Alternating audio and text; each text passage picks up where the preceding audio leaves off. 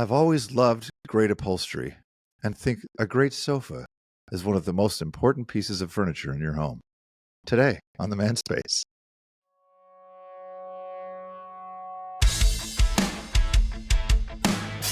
Welcome to the Manspace podcast. We're your hosts, Doctors Matt Brown and Rob Porter, and clinical therapist Mike Porter.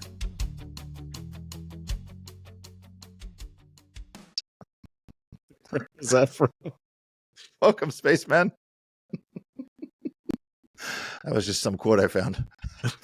I was looking up quotes about couches or sleeping on the couch, and there's one by this one's from Bill Burr. Realize that sleeping on a futon when you're 30 is not the worst thing. You know what's worse? Sleeping in a king bed next to a wife you're not really in love with, but for some reason you're married and you got a couple kids and you got a job you hate. You'll be laying there fantasizing about sleeping on a futon.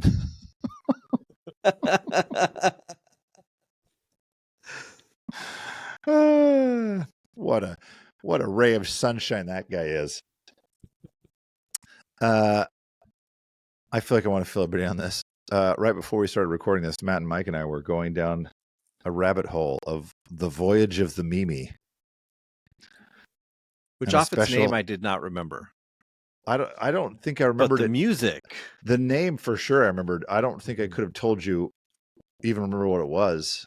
Or like if you said describe what the show was, like I don't remember. I remember watching and loving when we got to watch Voyage of the Mimi. It meant no word. Yeah, that's probably it.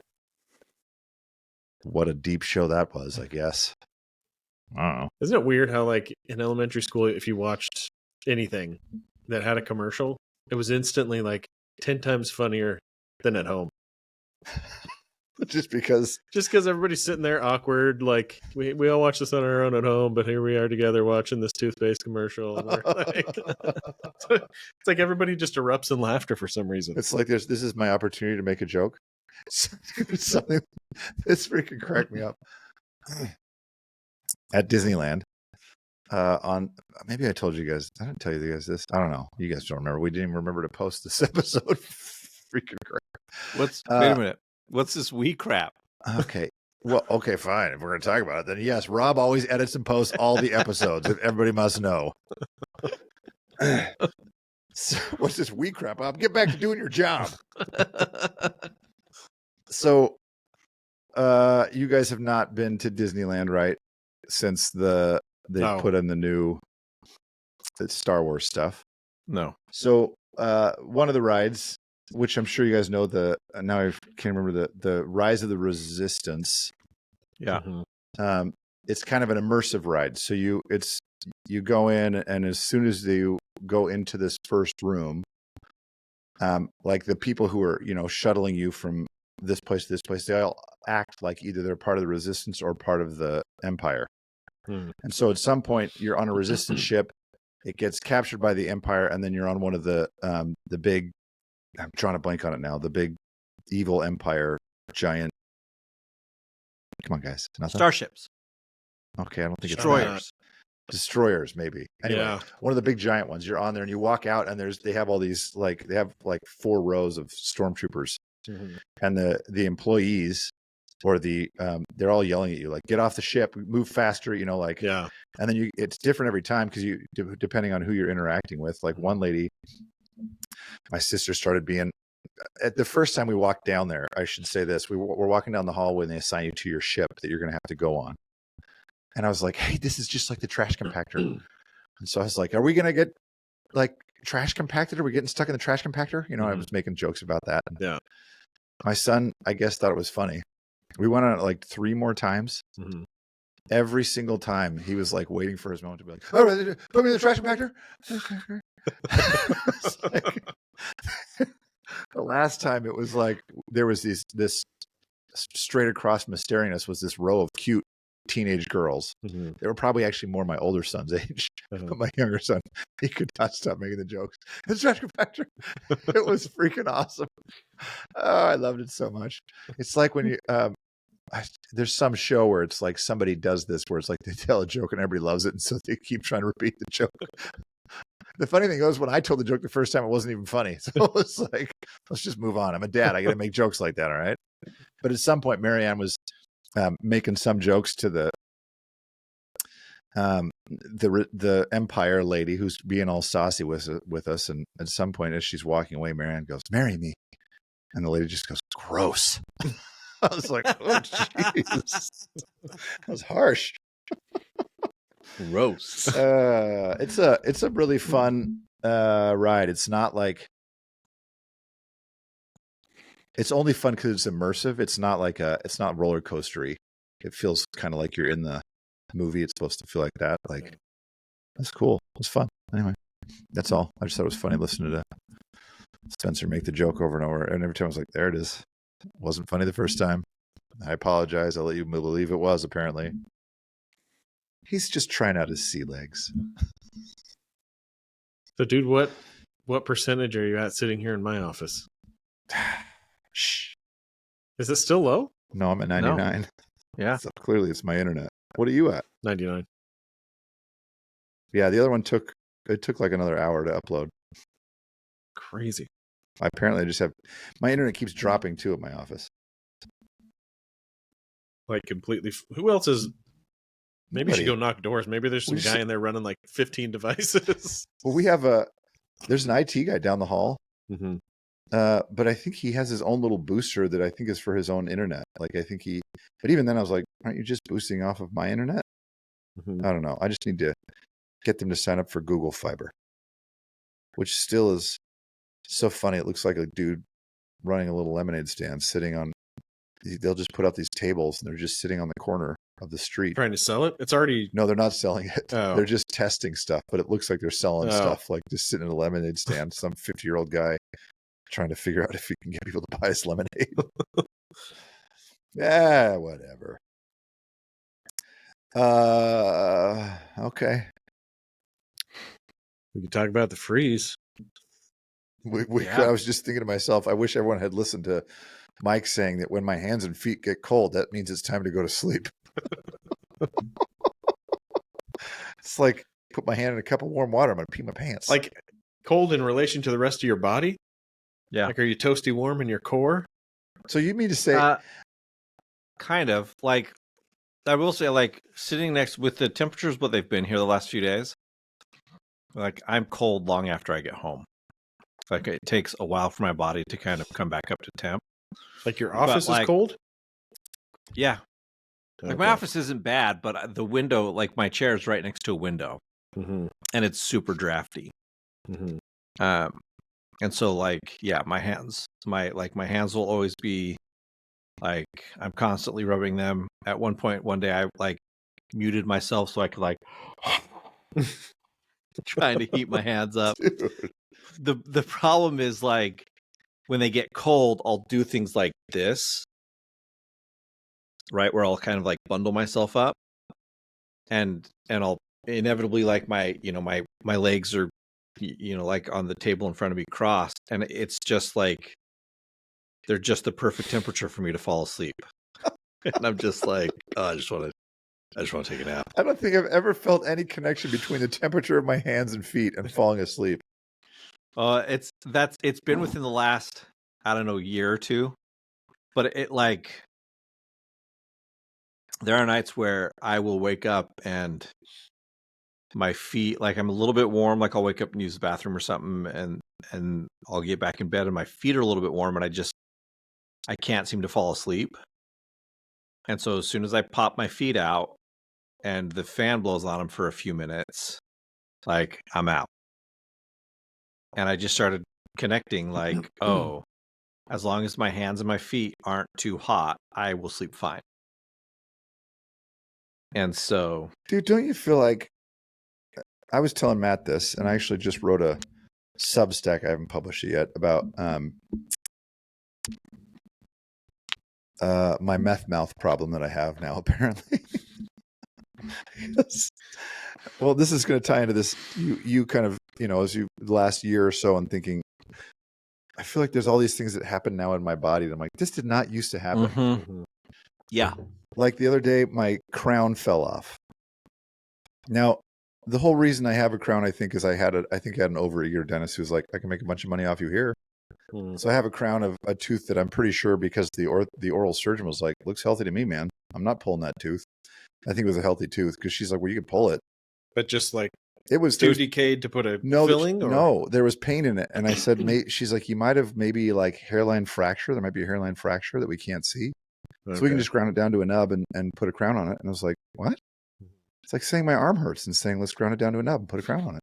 Like give you a prosthesis. Like, so I'm still feel like, I don't even think I need a crown there, but whatever. But it just fell off. So I went in and got it put in. And I freaking hate going to dentists because there's always this kind of like weird shaming where I always want to turn around and be like, look, dude, I know you don't do this crap either. You know, like I know you don't floss every day. Shut your mouth. Yeah. Or like, because he's like, what was the culprit? And I was like, he asks you what the culprit was, like you know? What were you eat? Well, I did know. Like for the crown or for your filling falling out? What made the crown fall off? Oh. What were you eating? I was eating a very soft caramel. Like this was from IKEA. To it. And it wasn't even sticky caramel. That's why I chewed it. Usually if it's sticky, I won't chew over there. Mm-hmm. Yeah. Like Skittles, I don't eat over there. Starburst, no freaking way, because it'll just suck it right off. That's funny. My dentist was like, he's like, yeah. He goes, once it's set, he's like, you're fine. Well, that's usually true, but the problem is they also say that like, you know, crowns you can expect to last 5 to 10 years. Mm-hmm. And if you're lucky, 30. And this has been in there for like 12 years. So it's like, yeah, I was probably going to fall out anyway. So they just had to re-glue it. So they did. But then, so they did that on Thursday. And then Friday night, I'm upstairs. We were eating this freaking delicious strawberry popcorn from Sam's Club. Dude, it is good. But I'm eating. I was like, oh, I think I got some stuff in my tooth. I'll go floss later. So I went and floss, and all of a sudden, I pulled down. It's all of a sudden, like I can feel this. Like, what the? I look. I was like, Becky, what's wrong with me? My tooth fell out. I come running downstairs with this chunk, and it's this. I don't know how I feel about this dentist. I had a filling or a cavity, I guess, at some point years ago, and I guess where it was, he basically just took off the front of that molar and just filled it with. So there's like a hole there now. So I'm telling Matt, like right now, I guess like a half of your tooth filling. Yeah, like a half crown, basically. Yeah, it feels like that. Yeah. So it's like I told Matt, like right now, I have freaking beef from lunch sitting in there. You know, it's like gross, but it feels like. What happened to me, man? I used to go to the dentist and I was like, dude, you have amazing teeth. And it's like, or your sleep thing, Mike, it's like, hey, Rob, are you tired? It's like, yeah, lay down on those rocks. Okay, I can fall asleep. Give me a sec. Now it's like I wake up, I'm like, I slept weird in this really nice bed. I think my back's broken. I think I need to, I just feel like this is so stupid. Does this just only get worse? I'm only 46. We're not even old yet. Well, I'm only 45. I'm not even 46 yet. Jenner and I were just talking today about, I turned 48 this year. That's disgusting. Shut up. I don't even look at you, dude. You're my generation. You're sus, barely my generation, Chuckles. Bro, that's sus. That's like Skibbity Ohio Riz, bro. And you're not Gen X anymore. No, 4 years less, 3 years less. 82. The one I looked at said 1980. No, they almost all say 82. Oh, well, all right. Anyway. Even Matt's probably Gen X. Yeah. I'm like always right on the cusp. Born, Matt? 81, but I always... Technically, all three of us are probably Zennials, which is Gen X mixed with Millennials. No, thanks. Whatever. Yeah, screw that. We all want to be Gen X. We get it. Dude. We're the coolest generation. The best of everything. There's the greatest generation, boomers, and then the coolest generation. Gen X. Anyway, Mike, you were saying? I don't remember what I was saying. You're 48. Oh, you're turning 48? That's gross. That sucks. I just want to reiterate that. No, Jenner and I were talking about, like, yeah, just some of the changes, like, for women with menopause. More like menopause. The number of changes, and that she asked, she's like, so do men have a menopause? And I'm like, probably.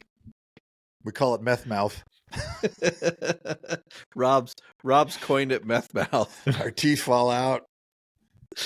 Every time you've told that story that I've heard before we started, and just now, so the 2 times you've told me. Have you guys seen Leave the World Behind? No. I don't know what it is. I just watched it, and spoiler alert, there's a part where this kid wakes up, like teenager wakes up, and his teeth just start like, he's like, oh, just like pulling them out. What? It's like it's a thriller, but it's kind of like dystopian. Yeah. Julia Roberts is in it. Ethan Hawke. Oh, it's kind of new. Yeah. It's good, but I heard it only did okay. Like I shouldn't say it did okay. I heard it was only okay. It was only okay, and the ending is kind of like okay. Just it's one of those. I wonder, like, ending. if they'd had a slightly different ending, if people would have been like, that was really, because like I've had movies where I'm like totally in. So you saw it, and then no, no, I'm a nerd who reads a lot about movies. I was gonna say that, but I've had movies where I'll get to the end of it and like it's great, and then the last 20 minutes I'm like I'm out. I'm like I will never see that movie again because the ending is like so frustrating. Here's what keeps happening to me. I keep trying out a new show and I'm always like, I can't get past this acting. Like, I think I've gotten spoiled with good actors apparently. And so now, like, we tried watching and it's fine. We like it enough, like, because Ted Danson's awesome. Is that the man on the inside? The man on the inside. Or but there's so much bad acting in it that's like, this is kind of hard to get around, man. Like, or we tried, oh my gosh.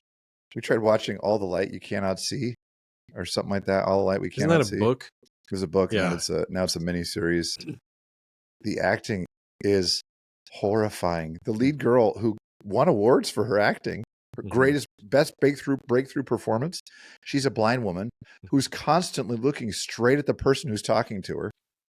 And then as people are talking, she'll be like turning and looking at them, but then kind of looking off. And it's like, look, if you're blind, I don't think you're turning to look necessarily. And then sometimes it's like she remembers and you'll see her eyes kind of go crooked and cross-eyed and then look up. And then she'll go right back to looking right at the person she's talking to. And also, Mark Ruffalo should never, ever, ever attempt an accent. Holy crap. He is so bad that we turn after 2 episodes, like, I can't do this anymore. It is they have a bunch. I don't understand why they hire Mark Ruffalo, who's an American, to play a Frenchman who has a British accent. What? I don't understand. Wow. But they hired just hire French people. Yeah. All the German actors are German actors. Or just get rid of, like, just don't worry about accents. Yeah, that too. If it does, who cares? Yeah. Because they're all speaking English anyway. And then they bring in one British guy who's playing a Nazi, and he does the worst German accent. It's like, why'd you bring in one British guy? Everybody else is German. Anyway, it doesn't matter. Now I'm going off on who cares. I almost tipped over. Bad acting. That'd be hilarious. Yeah. Hey, Mike. I meant to tell you, I brought Matt down. I'll show you one of them. I showed you this. There's one of the hats. Of the gifts that we got from what I've decided I'll call, because we have the patron saint of the Manspace, and no one can replace him. The matriarch, if you will. Oh. I was going to call this guy the angel investor, because he came over and like unloaded all this swag on me of Coke stuff. I was like, oh, and I want to see if we can start to pitch like some sort of like race to see who can win the Admirals of the Manspace's hearts.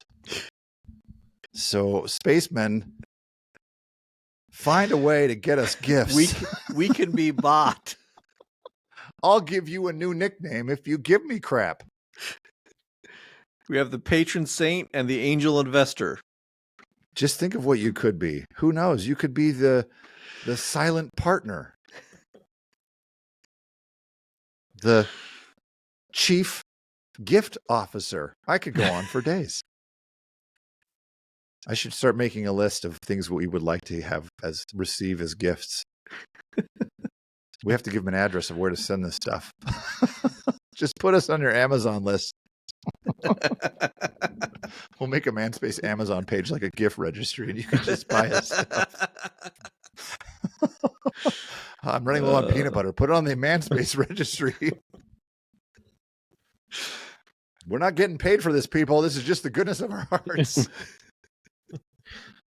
Pay us in peanut butter. Maybe one day we'll get paid. Every time I say that, people are like, you can get paid for this. Like, shh. Someone can get paid.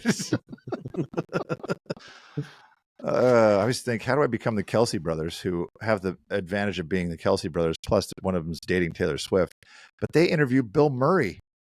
Yeah. I was like, come on, man. Yeah, but already at the level that they're at even before Taylor Swift. I know. It's whatever.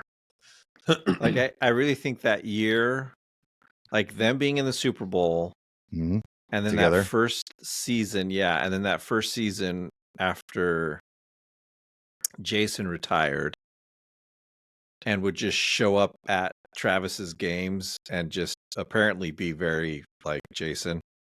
Yeah. Like, I had a shirt off like every freaking game.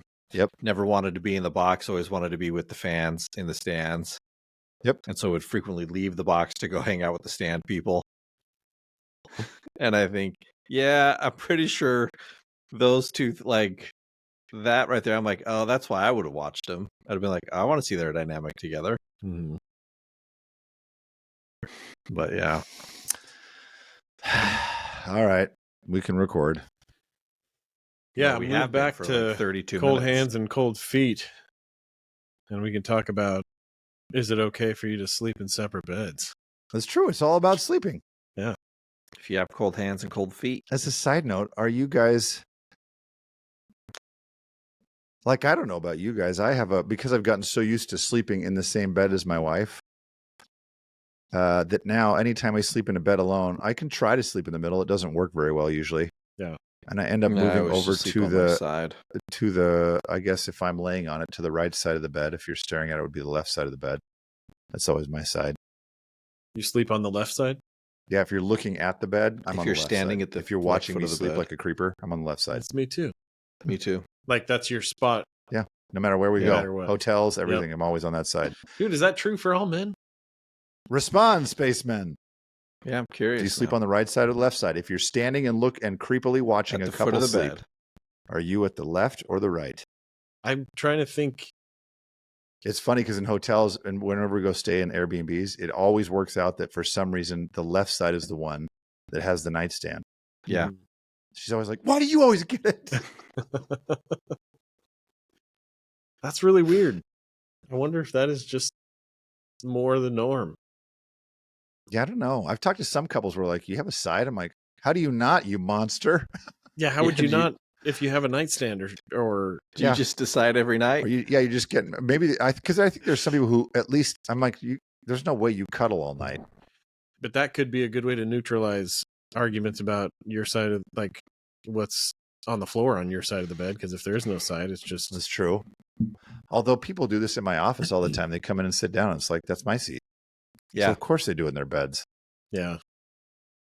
Yeah, if I true. honestly, if I even switch after sides, like one session. if I switch sides, I'll roll out of the bed probably Mhm. because I'm always used to. I got to do this way, So I'll push back. Yeah, I'm trying to remember if I've always slept on the left side, even from the beginning. I think actually I might have started on the. No wait. Yeah, because you know what? That is weird. When we were in Lubbock, I was on the right side. I don't remember. Oh no, that was left side. I don't know when. I think there might have been a time when I was on the right side. Sometimes I think some of it might have, if that was true, I think it had to do with like proximity to like a crib or like ease of access to something. Where it was more of a necessity thing. Yeah. So sometimes like if it was me putting the kid to sleep, it was like, well, I'll be closer to where the kid goes. I'll get the kid and give him to you so you can feed him. Mm-hmm. But other than that, it's always been, and now we're too ingrained. It's been like almost 20 years. Thinking now that you say that, because I'm like, I remember sleeping on the right side in Lubbock because like we used to, like the computer was in there and we'd watch a show on that, and I'd get up and, with no remote until we got the Apple remote for the iMac. We'd have to get up and like change it. But then there's like video from Christmas morning of me on the other side holding Natalie. So I don't know, man. Maybe I was a drifter back then. And then I finally picked a spot. But I bet it had more to do with like necessity of and whatever like hotels, situation. Lisa sleeps really cold and I sleep really hot. So Yes. like if there's every once in a while like we the side of switched. the air conditioner Yeah. at a hotel or something. Yeah. Yeah, we've done that, and it's always a little bit weird to me. I'm always scared I'm going to fall off. Roll out. Yeah, because my body's like, do this next. So anyway, that's not the point. Today's episode is kind actually of is, though. That's true. Those could be reasons for sleeping in separate beds. And perhaps not ironically, because this is another listener request. I'll read you what it is, and I'll tell you an episode of a show I just watched, because that's all I do with my time. Now, this is a listener request. Here's what it says. I want to know your guys' take on couples who don't sleep in the same bed/room. And could you expand on it if it's due to work schedule, arguing that leads to sleeping on the couch, or for what reason, whatever reasons. Saying that they've had family that slept in different rooms, and it was fine we'll talk about that. I've had some people who have various setups, and I've actually read some articles about this. But wanting to know, like, is this a good or bad thing if couples sleep in? We'll just start with different beds. Like I just saw an episode of. You guys ever seen Life in Pieces? Just the Wizard Fingers. One or two episodes. Yeah, that's the episode I've seen. You should watch it. It is there are a lot of funny people on that show. Craig T. Nelson's in it, right? No, Josh Brolin's dad. No, James Brolin. James Brolin. He's hilarious in it. Craig T. Nelson's not in it? No. What show's he in? Don't tell me, Coach. Is he in like This Is Us or something like that? Is that what he's in? Which is not funny. Wait, who? No. Craig T. Nelson? Craig T. Nelson? He's in Parenthood. Parenthood, that's what it is. So anyway, in this episode, Colin Hanks, who's also very funny, is married to this woman, and he's always falling asleep on the couch watching a movie. Mm-hmm. And one day, just to punish him, she's like, I'm not even going to wake you up. So she just leaves him there to sleep. And he has the best night of sleep of his life. Gets up and goes on a long bike ride that day, goes and plays tennis. His brother's like, why are you destroying me on their serves? You don't even know how to play tennis. You always call it sports ball. But he's always acing on every single serve. And he's like, dude, I had the best night's sleep of my life. So he starts aiming to only sleep on the couch. And his wife starts to get really upset because she's like, I miss having the warm body next to me. Because she's like, I can't fall asleep because I need his warmth to keep me warm. So she tries to snuggle with him on the couch, but feels like that ruins it. Their solution is they bring in the cushions from the couch, lay him on the bed, and turn the TV on in the bed. So it feels like he's sleeping on the couch, and she gets to sleep next to him. I also read this article that I kind of felt like I disagree with, and I thought, well, I don't know, actually, maybe. It was talking about that there are a lot of couples who opt to not sleep in the same bed because they sleep better separately. Mm-hmm. Like, they can snuggle before bed or have sex before bed, but then they just separate and go to their different rooms. Mm-hmm. Or maybe they pull a Lucy and Ricky from like sleeping twin beds right next to each other, which always cracked me up. Van Dyke. Anything really from the 50s was like, no, husbands and wives don't go in bed together. Yeah. That's disgusting. So, not disgusting, just indecent. Perhaps. So, what's your knee-jerk reaction? Is it okay if husbands and wives sleep in different spots? And I mean knee-jerk, not like, well, everyone's different, but it's like, because my knee-jerk reaction was, I think it's healthy and good for couples to have a bedtime routine that they do together. Even though part of our bedtime routine is I brush my teeth, my wife brushes her teeth, takes makeup off, does other things. I don't know what she does. That takes another 10 minutes while I'm laying in bed waiting for her. But we go to bed together. Like, I think that's valuable for couples to create that kind of routine, generally speaking. And so if someone says we have different rooms, I'm like, that opens up too much crap. Yeah. So that's my knee-jerk reaction, although I've reconsidered and thought, no, I can see this, or this. But Matt, you have storyteller over there. Shame on you. Dave Grohl's a philanderer. Anyway, he's a philanthropist. So try both. So what are your knee-jerk reactions to that? Mine is that it probably came about like not in an intentional way. From this specific spaceman? No, just when people say like we sleep in separate beds, right? Like it wasn't like a decision, let's sit down, we'll decide to sleep in different beds. Yeah, like it was probably an adaptation that wasn't really talked about. Yeah. And kind of like just started to happen, and then They found they slept better. Yeah, or like they did it because they weren't sleeping well, and then it became. But I think the danger doesn't lie in like where are you sleeping so much as like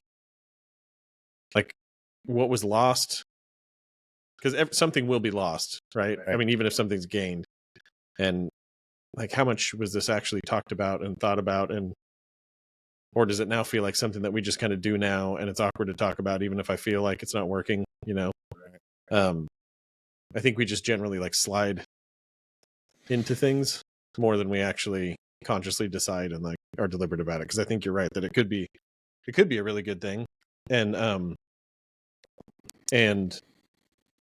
it may be something that like it happened because someone wasn't sleeping well, and then all of a sudden they started sleeping better and they started getting along better, and then they're like, hey, this is a good thing. But maybe they're not also talking about well, just like you're saying, there's something built into going to bed together that now we don't have. Are we still getting that, or are we just like stacking up losses in another area because we've solved one problem? I would always want to know, like, how much is this something you talked about and kind of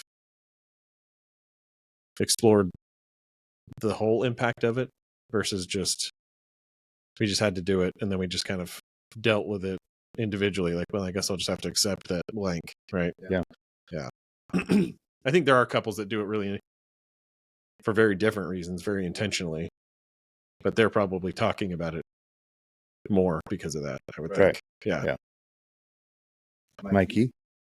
So there's a show that Jenna and I watched, something about kitchens. I don't know. Kitchen swapping. Pickleball? Is it just pickleball, Mike? Are you just watching pickleball? Maybe. No, I can't. It's some company. Devol is the name of the company. Devol. Yeah, Devol. Oh.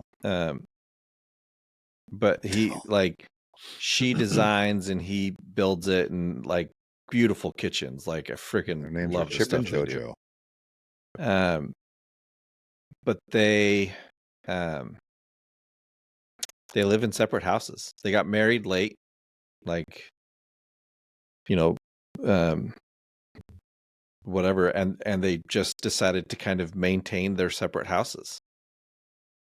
And so they're married, they work together, and at one point she's like, we still do all the things married couples do. And she goes, and there's lots of nights where we'll stay at one another's, at the other person's house. And she goes, but like, no, for the most part, we kind of like, this is where we live. And my knee jerk, like when I first saw it, I thought that's kind of messed up. And even when you first pitched this idea, my thought was, that's not going to work. And it wasn't that it to me, it wasn't that it was going to like destroy the marriage.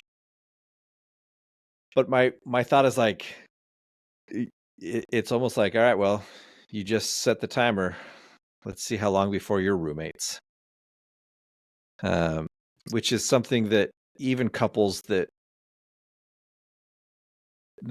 stay in the same bed, like that seems to come up a lot with couples I work with, where they reach a point where they're like, I just feel like we're roommates. And I'm like, and this is while they're still sharing a bed, they feel like roommates. That's the Bill Burr quote. Right. So how much, well, his is a lot more negative than just the roommate thing.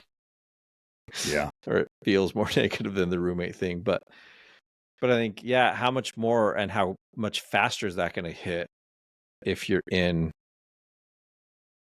separate beds? And, most likely then separate rooms. Like I think of the number of times that Jenna and I, after having, gone and gotten in bed, start, like we'll have some really meaningful conversations, although we try to keep those to a minimum because you can call it pillow talk, Mike. Okay.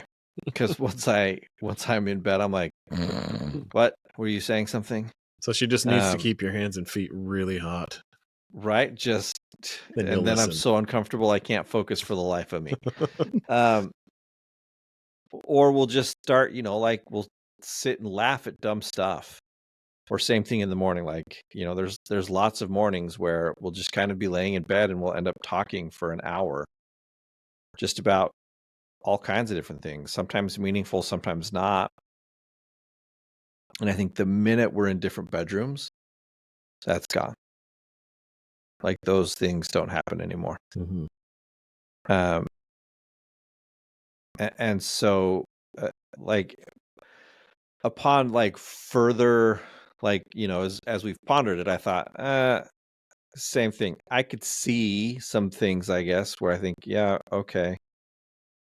But no, my knee jerk is, I think it's more likely to lead to a situation where one or both of you aren't as satisfied with the relationship. Or you think you're satisfied, but there's so much distance that exists between you that you're roommates. I think there's an inherent I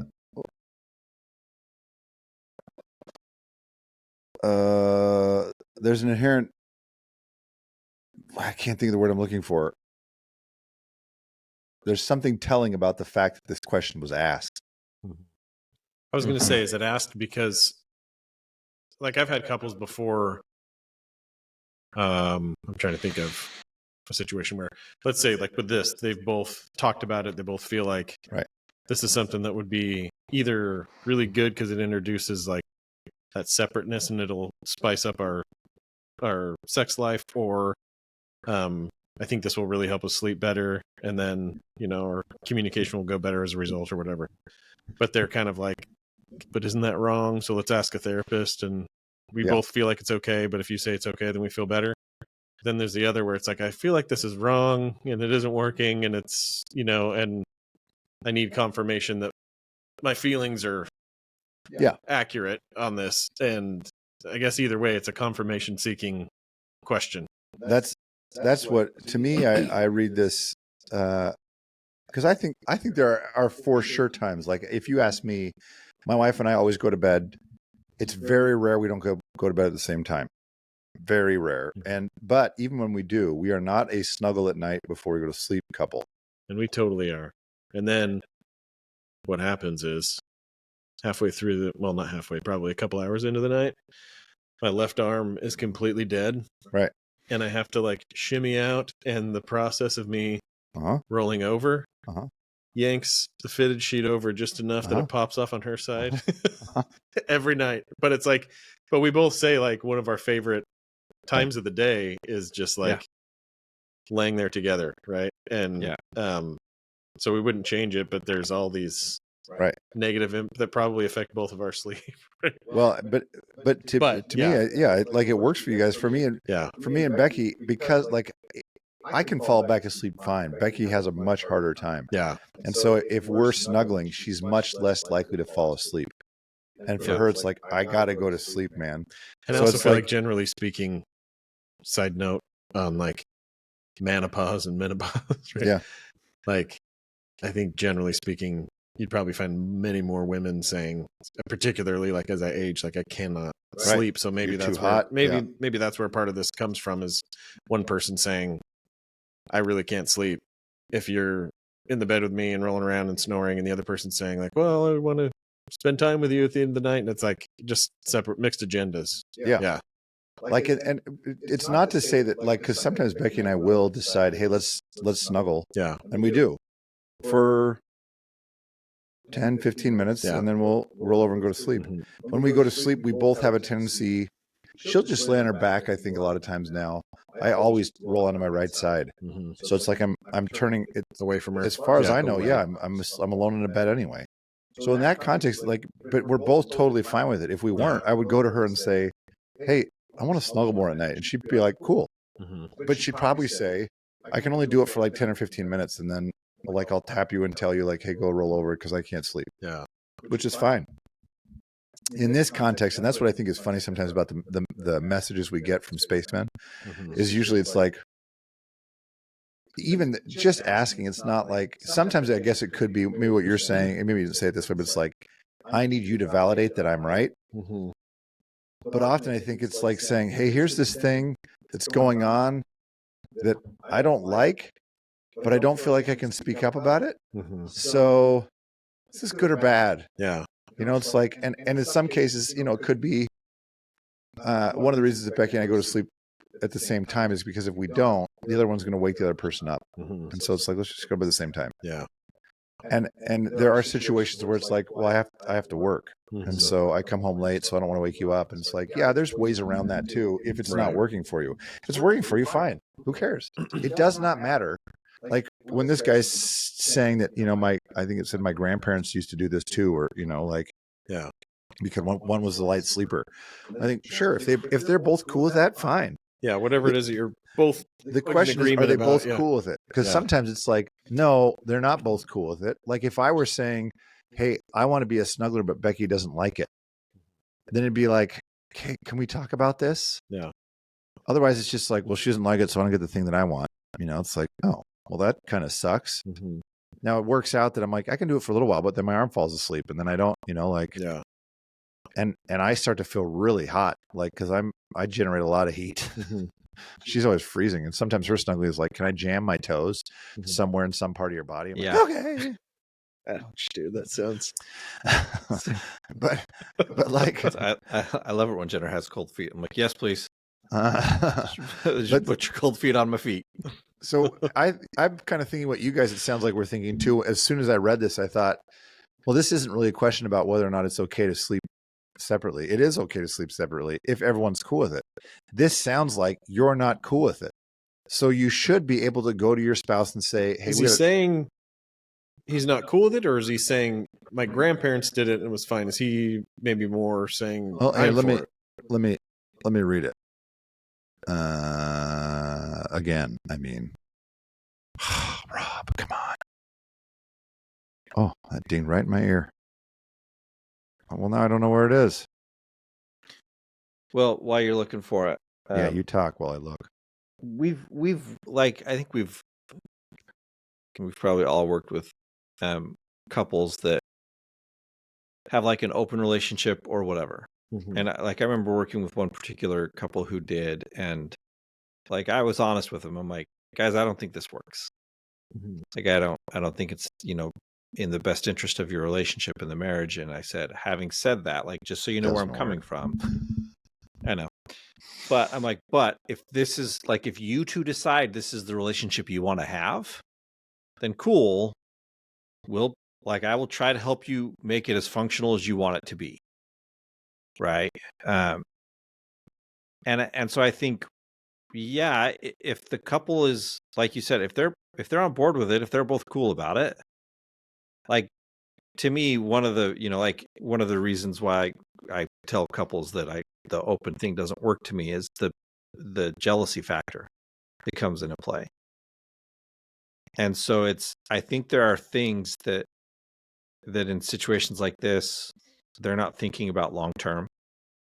They're thinking short term, like, well, we sleep better, we this or that. And I think that's true. So like be aware of some of the long term effects, right? Like, when I first heard this question, I didn't even think about the fact that there are so many nights where Jenner and I will have conversations late at night or early in the next morning. And I thought, oh, right, in a separate room, those are gone. Now, it doesn't mean we can't have conversations. Yeah, but the likelihood of like setting aside time, and remembering to do it, like a lot of these things are organic, and I think that was like my point earlier is like, are you picking up on the organic losses, like the spontaneous losses? Yeah. Like if it's one of those where, like looking at your situation, Matt, where you guys like to cuddle every night, I think, yeah, if you were to suddenly decide, hey, we're going to switch rooms, I think, yeah, you've just lost that physical intimacy every night. So what are you going to do to make sure that it stays? You know what I mean? Like, are you going to make sure that when you're watching shows, you're cuddling together or something along those lines, right? So that you're not just losing it entirely. And so to me, I think, yeah, if you want to make it work, you can probably make it work. But also, I have. Go ahead. Well, I was gonna say I have met couples where, they said, "Hey, this is kind of where we are," and then they were like, "But don't worry, we're still doing all of the couple things." Yeah. Which, I was like, "You're still having sex. It's good, I guess, right?" Yeah, and so it's one of those where it's like, yeah, they're very conscious about it.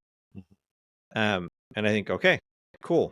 If that works for you guys, like I said, for me, I don't know that I'd want to risk giving up, but if it works for you guys, I guess go for it. Yeah. That's so. Here's what because I mean, essentially, we are kind of landing on this space where if the couple's both cool and they've talked about it intentionally in advance, and they also do the other things to make sure things stay, connected. It's like, sure. But the context of this, one was like, maybe if it's arguing and leads to sleeping on the couch, I think that's very different. I'm not even including that because that's a reactive pull away rather than like I sleep on the couch regularly. But it does say the grandparents used to sleep in a different room. It says my wife is a light sleeper, and at first it was to not wake up the baby when I get up for work, and now it's been months and I'm still on the couch, or I spend more time on the couch than in my bed. And so that's that tone sounds like, well, then you're not cool with this. So if you're not cool with this, then you need to go have a conversation. Say, hey, this isn't working for me. Yeah. Either because I don't sleep well on the couch, or or I want to be closer to you. I want to spend time with you. I want to sleep with you. I'm not cool with what has been given up. Yeah, like and if the problem is because then if you're saying, well, I can't say that, or the answer is always just no, and I think, well, then you've identified what the problem is that you'd be, for example, be going to therapy for. Is like, if I even bring something up, there's not even open space to talk about it. It's just a no.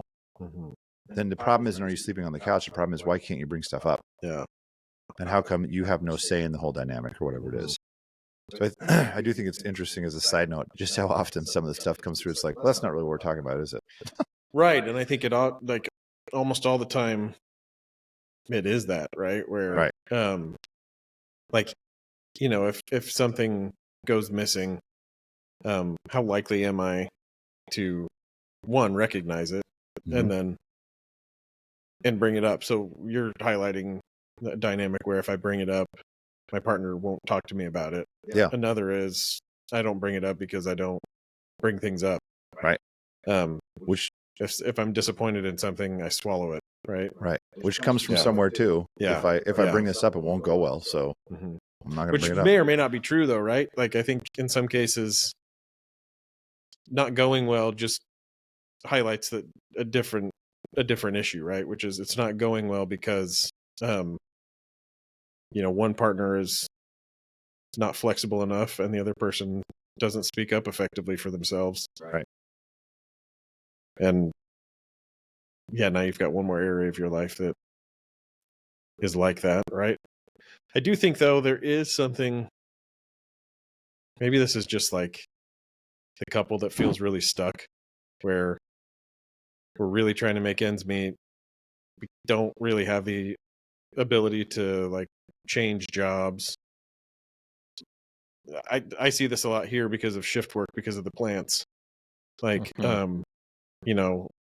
it sucks because I have to work nights and for 10 days, and then I get 4 days off, and then I go back to days, and so it's just like, I was talking to one of my friends that does shift work. He's like, dude, doing this rotating schedule on average takes 11 years off your life. Yeah. So that's just like, jeez, your life quality, and then your relationships, but I think there are people in that situation where it's like, we just, like, the change you're asking for by asking us to sleep together is to get new jobs, like, or dramatically cut our expenses or something. And so even though we don't like it, this is just the way it's going to be, and it's not for any other reason than outside forces dictating when we go to bed. And I think that's a tough one, because I think you just have to be really intentional about saying, when are we going to connect? And and oftentimes those moments are so pressurized. Everything rides on like 2 days that we have together, and so we always fight because there's so much pressure to like make it a good time, right? This is all the only time we have together, and we're so desperate for connection that we just like end up blowing up on each other about something strange. But yeah, I think that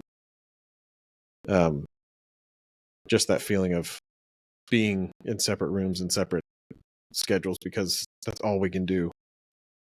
I mean, even that's what, like, I think I talk with couples sometimes. I talked with someone yesterday. They have their third kid, newborn, and they talk about survival mode. I'm like, yeah, it's fine if you guys know, hey, look, it's going to be a little rough for a while, and so we can say, hey, this sucks. Neither of us wants it this way, but let's make sure we do these other things to connect in whatever small amounts of time we have or whatever it is. You take those moments and you're deliberate about it, and you're clear up front. This is not a me and you thing. This is just the circumstances of where we are because of the shift work or this or this, and it kind of sucks. But I still want to be around you. And so sometimes when you come home late at night, I'll be waiting on the couch for you because I wanted to hang out with you or whatever it is. But that's gonna be rarely. But then it's an intentional process. So all this is intentional. And that's what like when you read the email, it's like, this isn't intentional, is it?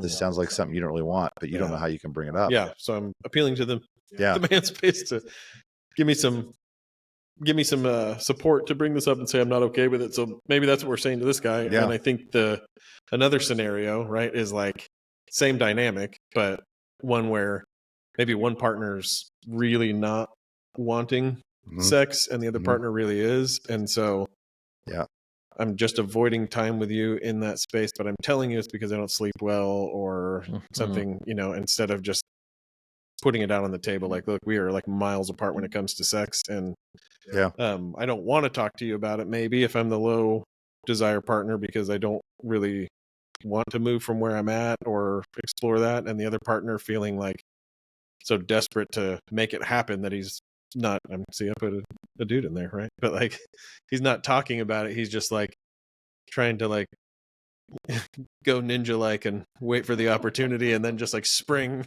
out from the shadows and be sexual. And I think that, again, that's its own dynamic of like creating kind of like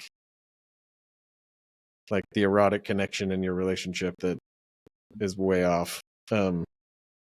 So yeah, that's what I think is so interesting. What I remind clients of often is like, hey, you guys might be talking about this, but we're actually probably talking about some underlying dynamic. So if it's like, well, I just need you to sleep on the couch, but the truth is I'm trying really hard to avoid this sexual dynamic that we have, and it's like, well, then you need but you don't know that until you try to bring these things up. And so it's not so much that these things are problems. If you can't bring them up, on the drive here, I was talking to somebody and talking about how look, that's fine if he's over here doing this and you're over here. But can you bring that up? Can you bring it up? Like, what happens if you bring it up? Oh, they just dismiss it. He'll call me names, and it's like, okay, well then this may not be a good place for you.